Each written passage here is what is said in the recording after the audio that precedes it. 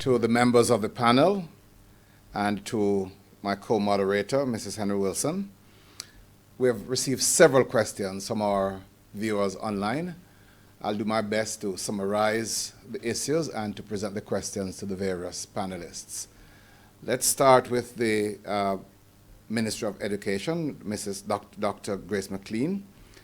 There are two questions that have been raised, one having to do with the results of the assessment that were done in the first 3 weeks, whether there are intentions or plans to make adjustments to the curriculum given what we have been learning during this situation, during this pandemic.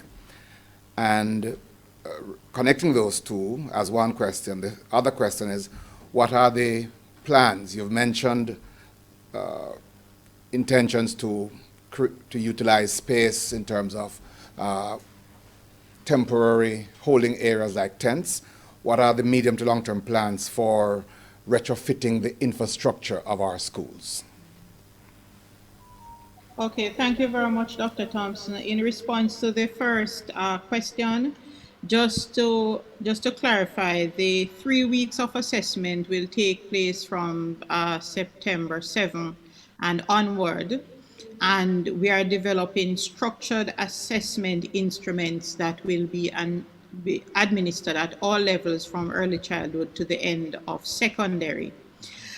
It is our intention to work with our teachers to identify the gaps, and the ministry has perfected that art as it relates to assessment, so we have the framework to get that done. Following this review of the assessment, down to perhaps even the subtasks, then we will now have discussion with our curriculum officers to review the curriculum, our national standard curriculum, which we introduced about 3-4 years ago. And we will move towards making adjustments to the curriculum if it is necessary. We will also consider the addition of let's say an hour or so to the school day if our administrators are in agreement, and in some cases there may be a narrowing of the holiday period again if our administrators are in agreement. So effectively there are some localized decisions that will be made regarding the completion of the curriculum. Based on how the national standards curriculum is set up, which is really a progressive or that is used right through to grade 9. Whatever would have been adjusted for the new school year coming up, the students will be able to catch up in subsequent years. We will, however, pay special attention to those students from grade 6 who will be moving into grade 7, and special attention to those students from grade 9 who will be moving into grade 10. So we are expecting that there will be some adjustments based on the review and the necessary interventions accordingly.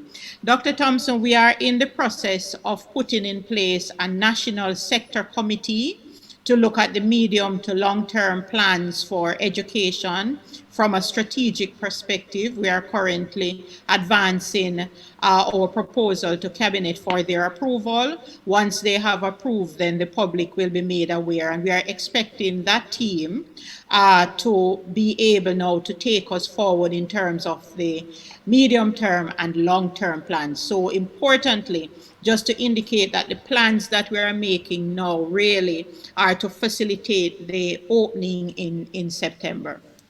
Thank you very much, Dr. McLean. I want to turn the next question to Mrs. Lynch. A number of persons have indicated their support for the notion that psychosocial support is going to be critical for our students and our teachers. One question is, how do we integrate social and emotional wellness alongside and in the curriculum to ensure that our students and our teachers are able to deal more resolutely and effectively with challenges of this kind?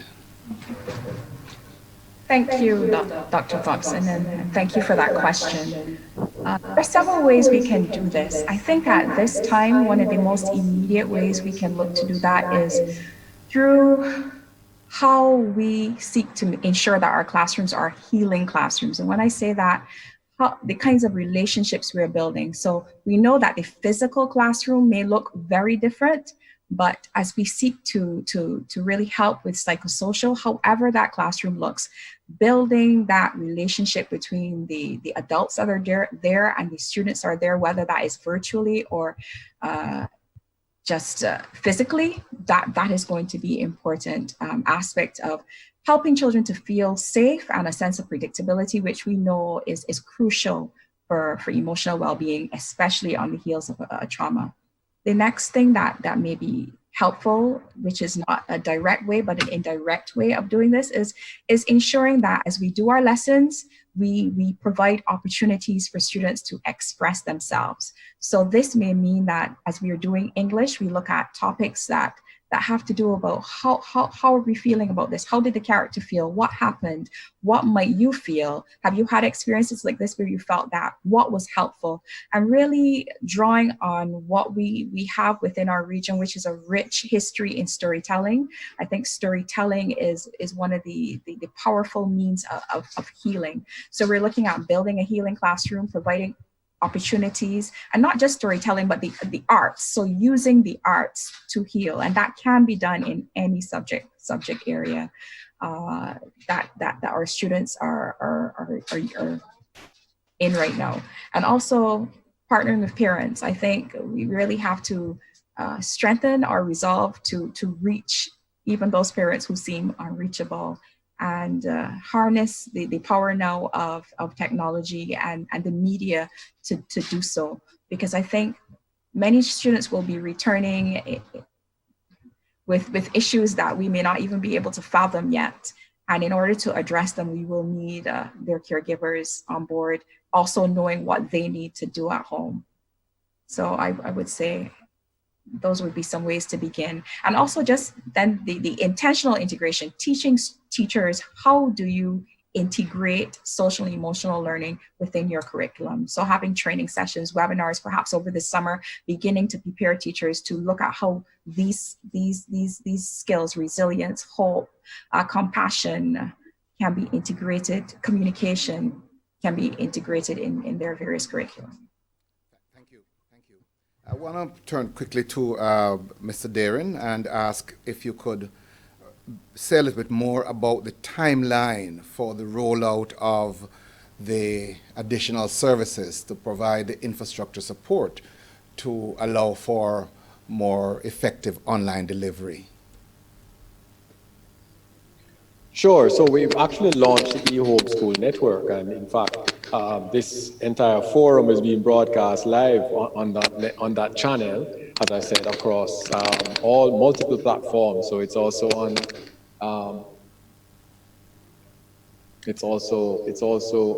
on other networks such as Flow, such as Digicel, etc.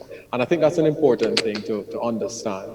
We don't believe that any single company or any single technology can solve all the issues of connectivity in the country, and therefore you need to utilize all platforms that are available.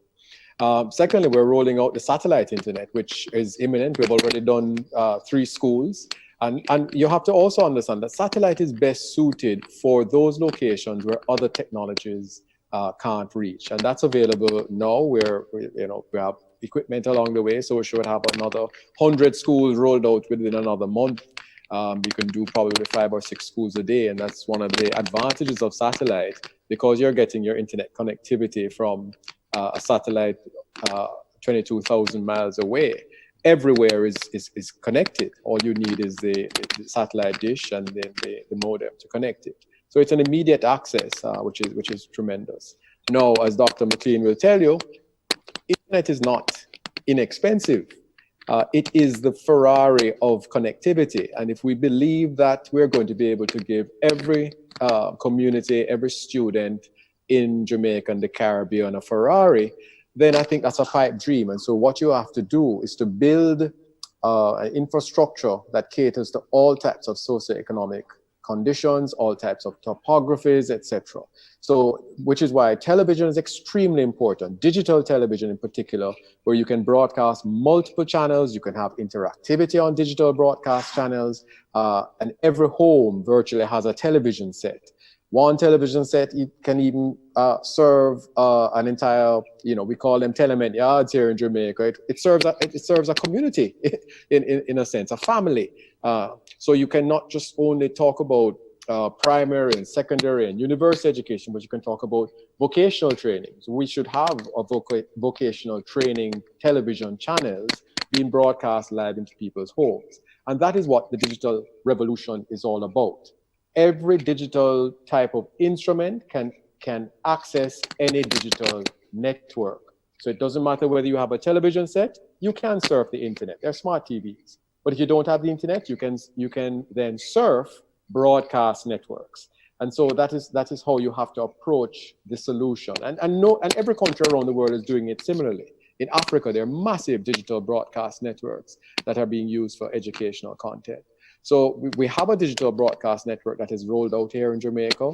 Those channels are now accessible by everybody across the island, whether it be on their own cable network or on the Ready TV broadcast network. Thank you very much. I must apologize to our other two presenters. Our time is running, and so I'm going to be handing over now to Dr. Chantal Moore to take us through the final processes of this webinar. Thank you. Thank you very much, Dr. Thompson. Good day. I am one of the members of the CCEP operations team, and I have the responsibility and the pleasure of summarizing the lessons and insights from today's webinar, and to also say thank you and to wrap up a wonderful morning spent. So in terms of the lessons, the importance of adaptation and resilience for the transformation and sustainability of quality education to make it accessible to all. That's key. Secondly, collaboration and mobilization are essential to build back and or strengthen our work in education. And this is happening via myriad forms, and we see it happening in online, blended, community notice boards, couriering of lessons, and so on. And a third lesson for us has to do with the technological and educational gaps, which are now visible to more of us. And some gaps have widened because of the socioeconomic and other access issues. And we see how it is impacting gender and our children in particular. And therefore, these are pointing to changes that are needed at the national and regional levels, and the change has to focus more on creativity, lifelong learning, 21st century skills acquisition, technological access, and so on. And the final lesson this morning has to do with the psychosocial and emotional issues that are real and which need to be addressed in order to make our learners at all levels of the education system feel more secure and be more ready for learning to take place in classrooms. Coming out of the lessons, we want to highlight some of the insights. Quite a number of insights, but I will just zero in on possibly 3 of them. The first one, which Professor Weber spoke to, is the whole business of the difference between online and emergency remote teaching and learning. We should try not to confuse the two because they have implications for how we go further and forward with education. We want to make sure that when learners hear the word online, they're not thinking that it is equivalent to what happened during the emergency remote moment occasioned by COVID.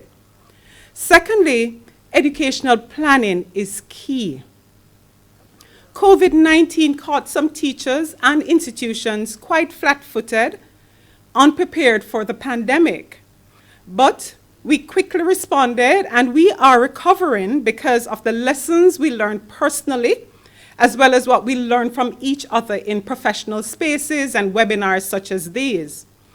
Now, a key insight that we mustn't undervalue or forget is the whole business of how teachers are showing great commitment to teaching. They're connecting classroom instruction and their care for their students. They're connecting all of this to parents. They're connecting it to the wider community, to the ministers and ministries of education, and beyond, to other stakeholders who have an interest in the business and the process of education. So parents, I'm sure, can attest that teachers are, in fact, to be valued. Now, how do we respond to the lessons and the insights that we have learned? One, pandemics are real, and they can surface at any time. COVID taught us that. Just in a swift moment, it came at us, and there are others that are likely to come in the future.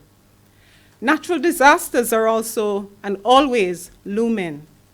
So how do we, within the Caribbean, plan for and build a resilient education system for our students? Let's look at some of our responses that were put forward by the panelists and our keynote speaker. One, we have to leverage resources to regain learning losses and to minimize inequities. A second response is to forge partnerships to facilitate training and the sharing of expert and expertise locally and regionally.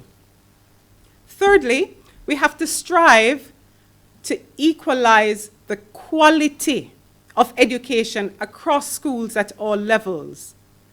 And finally, as a response, the gathering of data. Look at the facts, look at the information as they surface, because the data, the facts, the information are going to be quite useful in shaping school developmental plans so that they are contextually relevant, they are flexible, and they are resilient. So coming out of the webinar for today, facilitated by the Caribbean Center for Educational Planning, we want to say that we are learning from COVID, all of us who participated in this. We recognize the imperatives. We are, in fact, grasping the opportunities, and we are seeking to build resilient education systems within the Caribbean. The webinar has been, to my estimation, very informative, robust, comprehensive, interesting, and timely. And because of the richness of this webinar, there are quite a number of individuals we have to say thank you to because of the work that they put into making it happen today. I want to thank the head of the CCEP, Dr. Canute Thompson, and the steering committee members. We want to thank too our principal at the University of the West Indies Mona campus, Professor Dale Weber, and also the program specialist at UNESCO, Dr. Farrell Khan. The keynote speaker, Miss Cynthia Hobbs, we say a special thank you for sharing with us those highlights today. And for Ms. Montgomery, the CCEP administrator who introduced her, as well as Dr. Charlene Cole, who fielded the questions and answers, we thank you very much. We cannot forget nor fail to mention the panelists on both panels. The first panel, we had Mr. Owen Speed, Mr. Julian Monrose, Dr. Hyacinth Harris, Dr. Zoe Kincaid-Clark, and Mrs. Thatcher Luton, who spoke to the issue of experiences of teachers, students, and school management, and the moderators were Dr. Therese Ferguson and Dr. Verna Knight. For panel 2, we had Mr. Rafa Gordon, Ms. Dr. Grace McLean, Mrs. Nicole Lynch, Mr. Christopher Derrin, and Dr. Wayne Wesley, speaking to educational policy and support systems for greater inclusivity and sustainability. And most important, ladies and gentlemen, we cannot omit all the members of the audience who logged in and stayed with us longer than we had anticipated, but we couldn't log off earlier because the information was so necessary. right? So over 900 persons logged in and joined us today. And we just want to say thank you very much. A resounding applause to each of you who joined us and participated, and gave us the questions and all of those. Thank you very much. And we just want to invite Dr. Thompson to come now and tell us one last thing. All right. Thank you very much, Dr. Moore. Thank you very much, Dr. Moore. Thanks again to everyone who joined us. It has been a very meaningful experience. We look forward to your comments. The presentation will be kept up on YouTube, so you can tell your friends and your professional colleagues and neighbors that they can go on and review the webinar. You who sat through it, you can go back and have access to it. Want to thank our friends, our hard-working professional colleagues here at the Mona Information and Technology Service here at Mona Campus for their superb work and support. They have made it possible for us to reach you. I want to thank Mr. Chris Daring for the initiative of making this webinar available on Flow, Digicel, and Ready TV. And you'll also be able to see it at your convenience when it is replayed on Mona TV. Thank you all. God bless.